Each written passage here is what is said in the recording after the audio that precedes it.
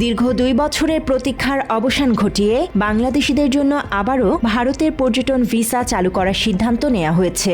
রোববার থেকে আবারও ভিসা চালু হওয়ার এই খুশিতে এবং বাংলাদেশিদের বরণ করে নিতে মিষ্টি বিতরণ করেছেন কলকাতার নিউ মার্কেট চত্বরের ব্যবসায়ীরা। দীর্ঘ প্রতীক্ষিত এই সিদ্ধান্তে পশ্চিমবঙ্গের ব্যবসায়ী মহলে এখন আনন্দের জোয়ার বইছে।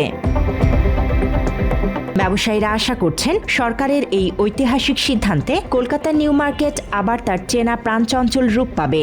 শুধু ব্যবসা নয়, কলকাতার সামগ্রিক পর্যটন নির্ভর অর্থনীতির সঙ্গেও ওতপ্রোতভাবে জড়িয়ে রয়েছে বাংলাদেশি পর্যটকদের উপস্থিতি। তাই ভিসা চালুর এই খবরে নিউ মার্কেট থেকে শুরু করে বড়বাজার সব জায়গাতেই এখন আশার সুর।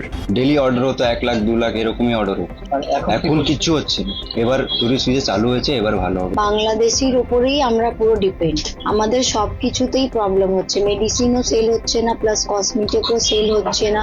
আমরা চাই যে ওনাদেরকে ভিসা দেয়, ভিসা ছাড়ে।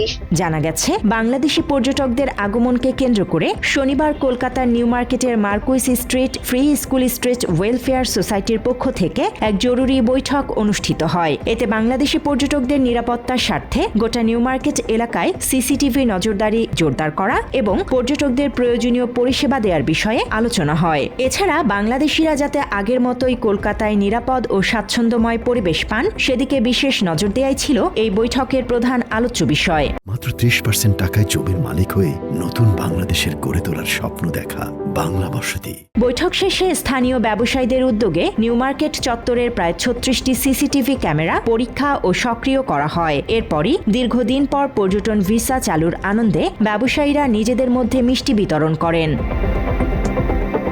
নিউ মার্কেটের ব্যবসায়ীদের মতে, শুধু মেডিকেল ভিসার উপর নির্ভর করে ব্যবসা চালানো সম্ভব নয়। ফলে পরিবহন থেকে শুরু করে গোটা এলাকার অর্থনীতি ক্ষতিগ্রস্ত হয়েছে। তারা আশা জানান আবার আগের মতো পরিস্থিতি ফিরবে। হোটেল মালিকদের মতে, তাদের ব্যবসা প্রায় বন্ধ হয়ে গিয়েছিল।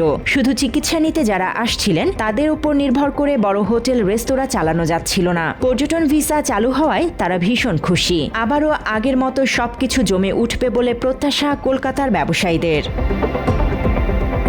News desk, Bangla addition.